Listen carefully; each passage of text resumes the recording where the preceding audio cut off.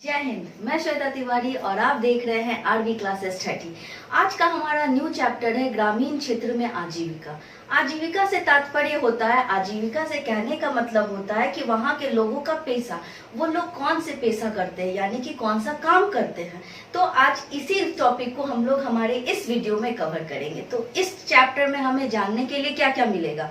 इस चैप्टर में हम जानेंगे विभिन्न व्यवसाय जो ग्रामीण क्षेत्रों में किया जाता है, किन किन तरह की दुकानें लगती हैं वहां पर, एक महिला किसान की कैसी जिंदगी होती है, कर्ज का क्या बोझ होता है उन लोगों पर, कर्ज के क्या मायने होते हैं, एक किसान किस तरह से कार्य करता है, आजीविका के स्रोत कौन कौन से होते हैं, ग्रामीण आजीविका से क्या तात्पर्य है, पेटू पेटू का क्या मतलब है और तेसर फार्मिंग का क्या मतलब होता है। इन सारे तत्वों को आज हम इस चैप्टर में कवर करेंगे। तो ना ज्यादा समय ना गवाते हुए हम लोग हमारे टॉपिक की ओर चलते हैं। जो पहले है विभिन्न व्यवसाय। अगर हम गांव की बात करें तो जिसका मैंने पहले भी बताया था कि भारत की जनसंख्या का 70% लोग जो होते हैं ग्रामीण जीवन पर निर्भर करते हैं। यानी कि हमारा देश आज भी इतना टेक्नोलॉजिकल सर्वे होने के बावजूद, इतना ज्यादा विकसित होने के बावजूद भी आज भी वो एग्रीकल्चर कंट्री ही कहलाती है। तो क्योंकि इसके सबसे बड़ा रीजन यह होता है क्योंकि यहाँ की 70% आबादी जो होती है वो कृषि क्षेत्र पर निर्भर करती है। तो कृषि क्षेत्र कहाँ होते हैं? ग्रामीण इलाकों में। ग्रामीण इलाकों में कृषि के अलावा कौन कौन से व्यवसाय होते हैं? अगर हम वहां पर जाकर देखें तो हमें हर एक जगह पर लोहार नजर आएंगे, कहीं पर शिक्षक भी नजर आएंगे, कोई धोबी होता है, कोई बुनकर होता है, कोई नाई होता है, मैकेनिकल भी वहां पर मिलते हैं, मैकेनिकल इंजीनियर भी आपको वहां पर मिलेंगे। इसके अलावा दुकानें होती हैं, व्यापारियों होते हैं, यानी कि व्यापार करने वाले, जो सब्जी कोई बेचता है, किसी तरह की कोई चावल बेचता है, कोई गेहूं बेचता है, बड़े बड़े किसानों का एक जगह जमघट लगता है जहां पर वो लोग अपने सारे फसलों को, सारे जो भी उन लोगों ने बोया है वो लाकर रखते हैं। तो इस तरह से हम लोग देखते हैं कि गांव क्षेत्रों में जो ग्रामीण क्षेत्र है वहां पर विभिन्न तरह के व्यवसाय पाए जाते हैं। अब दुकानों की जिक्र किया जाए तो दुकानें कौन कौन सी होती है? तो दुकानों में वहाँ पे चाय के दुकान होते हैं, किराना स्टोर होते हैं, नाई के दुकान होते हैं, कपड़ों की दुकानें होती हैं, दर्जी की दुकानें होती हैं, खाद और बीज की दुकानें होती हैं। ये छोटी छोटी दुकानें जो होती है वहां पर मिलकर एक मार्केट का निर्माण करती है, मतलब कि एक ऐसा बाजार का निर्माण करती है जहां पर लोगों को एक जगह पर बहुत सारी चीजें मिल जाती हैं। चूंकि गांव एक छोटे कस्बे से बना होता है, एक छोटे इलाकों में बना होता है, इसलिए छोटी छोटी दुकानें, छोटे छोटे व्यवसाय वहां पर लोग करते हैं। अगर इसके बाद हम लोग चले तो हमें एक ग्रामीण महिला के जीवन के बारे में पढ़ने को मिलेगा जिसका नाम है तुलसी। तुलसी एक ऐसी महिला है जो रामलिंगन के खेत में कार्य करती है। वो दिन भर उनके खेतों में जोताई से लेकर कटाई तक के बीच की जितनी भी भूमिकाएं होती हैं वो सारी निर्वाह करती है। इसके अलावा वो कपड़े धोती है, साफ सफाई का काम करती है, कपड़ों को धोने से लेकर घरेलू काम तक की सारी जिम्मेदारी उसके कंधों पर होती है। पर हर दिन का वो कमाती कितना है? मात्र 40 रुपए। यानी कि हर दिन की उसकी एक दिन की कमाई जो होती है 40 रुपए होती है। इसी रोजमर्रे की जिंदगी के कारण, इसी रोजमर्रे की हर एक सहूलियत को, हर एक जो हमारी नीड होती है उनको पूरा और फुलफिल जो नहीं कर पाते हैं किसान, वो कर्ज में चले जाते हैं। अर्थात किसान खेती की जमीन की बुनियादी जरूरतों को, यानी कि हमारी जो बुनियादी जिंदगी में जो बुनियादी जरूरतें हैं, रोटी कपड़ा मकान, ये तीनों सबसे ज्यादा जरूरी है हमारे लिए।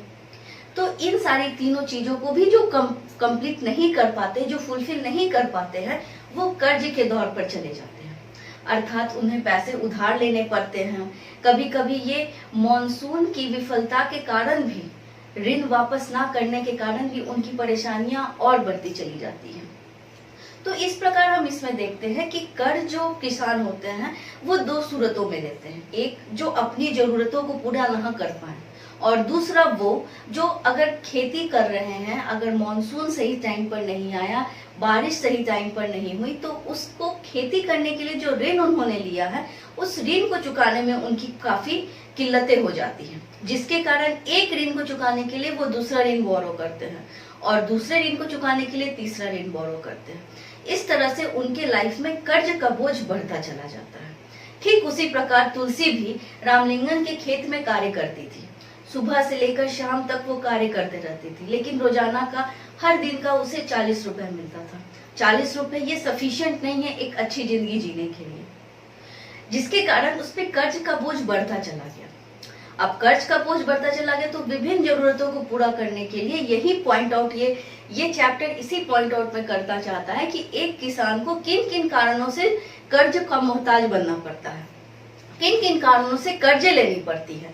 तो यहाँ पर हम लोग देखते हैं कि जो किसान अपनी जरूरतों को पूरा नहीं कर पाता है, अर्थात कि जो बुनियादी जरूरतों को पूरा नहीं कर पाता है, उसे क्या होता है, कर्ज का मोहताज होना पड़ता है। कभी कभी मौसम जो होते हैं वो भी अनुकूल हो जाते हैं, यानी कि एक्सपेक्टेशन के विरुद्ध हो जाते हैं, तो उसके लिए भी उसको फुलफिल करने के लिए कर्ज लेनी पड़ती है। इसके बाद अगर हम चलते हैं तो हम एक किसान के बारे में पढ़ते हैं। किसान जो कलपट्टम गांव का एक रहने वाला किसान, मजदूर किसान था। वे सभी खेती पर निर्भर करते थे। क्या यहाँ के वो गांव के जितने भी लोग थे वो सारे खेती पर निर्भर करते थे। बड़े किसान अपने जमीन पर खेती करवाते थे और छोटे किसान उन पर खेती किया करते थे। यानी कि यहाँ पर हम लोग दो तरह के किसानों से मिलते हैं, वो जिनके पास अपनी भरपूर जमीन हुआ करती है और दूसरा वो जो दूसरे की जमीन पर कार्य करते हैं। उनके आजीविका के स्रोत क्या होते हैं? उनके आजीविका के स्रोत होते हैं महुआ, देवदू, शहद को निकालना, ये सारी चीजें जो होती हैं, ये सारी चीजें वो लोग संग्रह करते हैं, बेचते हैं, जिसके कारण वो लोग अपनी आजीविका चलाते हैं। इसके अलावा मछली पकड़ना, डेयरी उत्पादन, पशुपालन, बहुत सारे लोग ये सारी कामें भी करते हैं। बहुत सारे लोग जंगल में भी जाते हैं, शिकार भी करते हैं, शिकार को आए हुए लोगों को बेचते भी हैं। तो इस तरह से भी ये लोग क्या करते हैं, अपनी जीविका को निर्वाह करते हैं। अब हम लोग ग्रामीण आजीविका के बारे में पढ़ें तो ग्रामीण क्षेत्रों में लोग विभिन्न तरीकों से अपना जीवन यापन करते हैं। जैसा कि मैंने आपको बताया, कोई गैर कृषि करता है, कोई कृषि गतिविधियों पर निर्भर करता है। गैर कृषि करने से तात्पर्य जो कृषि नहीं करते हैं। जो कृषि नहीं करते हैं तो वो क्या कर सकते हैं, वो पशुपालन कर सकते हैं, मत्स्य पालन कर सकते हैं, वो लोग शहद पालन, मधुमक्खी पालन कर सकते हैं, शहद बेचते हैं, डेयरी उत्पादन करते हैं। तो ये सारी चीजें जो होती हैं ये गैर कृषि में आती है। इसके बाद अगर हम चलते हैं तो पेडू पेट के बारे में पढ़ते हैं। पेडू पेट क्या होता है? पेडू पेट एक ऐसे जगह को कहा जाता है जहां पर लोग मछली पकड़ने के लिए जाया करते हैं। यानी कि एक ऐसा जगह जहां पर बहुत सारे लोग मछली पालन का कार्य करते हैं। ये एक तरह के कटमरैन के बराबर होता है। अब यहाँ पर ये प्रश्न होता है, कटमरैन क्या होता है?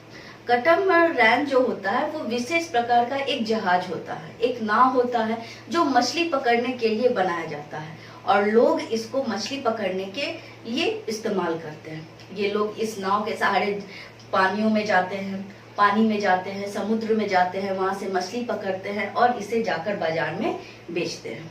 तो इसमें इन लोगों के साथ जाले, मछली की जाले रहती हैं, इंजनें रहती हैं और 2-3 प्रकार के पेय पदार्थ और मछली के चारे भी डाले रहते हैं ताकि मछली को पकड़ने में इन लोगों को काफी आसानी हो। इसके अलावा अगर गौर किया जाए, अगर हम लोग गौर करें तो भारत के, जैसा कि मैंने बताया, 70% लोग जो हैं वो कृषि व्यवसाय करते हैं, यानी कि वो कृषि पर डिपेंड है। अब इन 70 परिवारों में से, इन 70% लोगों में से मात्र 20% किसान ऐसे हैं जो संपन्न हैं। बाकी के 80% किसान जो हैं वो दूसरों की खेत में खेती करते हैं। इस तरह से हम देखें तो उनकी स्थिति दयनीय है। और ग्रामीण क्षेत्र में बहुत सारे लोग जो होते हैं वो जंगल में संग्रहण करने, पशुपालन, डेयरी उत्पादन, मछली पकड़ने इत्यादि का कार्य करते हैं। इसके अलावा कृषि में मौसमी बेरोजगारी भी पाई जाती है। और इसके अलावा मौसमी बेरोजगारी का तात्पर्य यह है कि एक मौसम में अगर कोई किसान खेती कर लिया तो वो फसल अब नेक्स्ट उसी मौसम में आएगी, बीच में तो गैप हो जाता है उनका, तो इसे ही मौसमी बेरोजगारी कहा जाता है। और कृषि में पाई जाने वाली चक्रीय बेरोजगारी भी होती है। यानी कि चक्रीय बेरोजगारी कहने का तात्पर्य ये हुआ कि एक क्रम में जो कृषि होती है, जैसे कि कभी मई के महीने में कोई दूसरी कृषि हुई, उसके बाद आगे जाने पर जब नेक्स्ट मंथ मई आएगा तभी वो कृषि हम वहां कर सकते हैं। तो मौसमी बेरोजगारी और कृषि बेरोजगारी, चक्रीय बेरोजगारी जो होती है वो एक दूसरे की पूरक होते हैं। ये यहाँ पर गौर करने वाली बात होती है। अब इसके बाद अगर हम चले तो हम लोग पढ़ेंगे टेरेस फार्मिंग के बारे में। टेरेस का जैसे हम लोग जानते हैं सीढ़ी नुमा, और फार्मिंग मतलब कृषि, यानी कि सीढ़ी नुमा कृषि भी बहुत सारे ग्रामीण इलाकों में हमें देखने को मिलती है। ये सीढ़ी नुमा कृषि जो होती है पहाड़ों के ढालों पर किया जाता है और इन्हें इस तरह से घेरा जाता है ताकि पूरे जो पानी होती है वो इनके किनारों पर आ जाए, जिसके कारण जो ट्रेजर फार्मिंग होती है उसको पानी पर्याप्त मात्रा में मिल सके। इसमें बहुत से फसलों की कृषि की जाती है। इसमें चावल की भी खेती होती है और वो काफी उत्तम कोटि की निकलती है। इसके अलावा इसमें कीटनाशक का भी प्रयोग किया जाता है और विशेष प्रकार के कीड़े मकोड़े के छिड़काव करने वाले रसायन का यूज किया जाता है, जिसके कारण इनकी जो भी खरपतवार होते हैं, जो भी कीटनाशक चीज होते हैं जो इनकी फसलों को खराब कर सकते हैं, उसको खत्म कर दिया जाए। उसके बाद होती है फसल काटने से लेकर इकट्ठा करने तक का कार्य जो होता है उसके बाद किया जाता है। सो गाइस, इस चैप्टर में हमने पढ़ा हमारे विभिन्न प्रकार के व्यवसाय जो गांव में किए जाते हैं, दुकानों के बारे में कि दुकानें किस प्रकार की होती हैं, एक महिला किसान का क्या कार्य होता है, क्या भूमिका होती है, कैसे वो कर्ज में चले जाते हैं, एक भारतीय किसान की जीविका क्या होती है, वो किस प्रकार से अपना जीवन निर्वाह करते हैं, आजीविका के कौन से, इस कृषि के अलावा आजीविका के कौन से नए स्रोत हैं, ग्रामीण आजीविकाओं से क्या तात्पर्य है, फूडू पेट का क्या मतलब होता है, और ट्रेजर फार्मिंग, ये सारे टॉपिकों को आज हमने इस चैप्टर में कवर किया। नेक्स्ट क्लास में हम कुछ नए जानकारियों के साथ आएंगे। तब तक मेरे चैनल को लाइक कीजिए, सब्सक्राइब कीजिए और बेल आइकन का बेल बजाना ना भूलें। फिर मिलते हैं, तब तक जय हिंद, जय भारत, जय बिहार।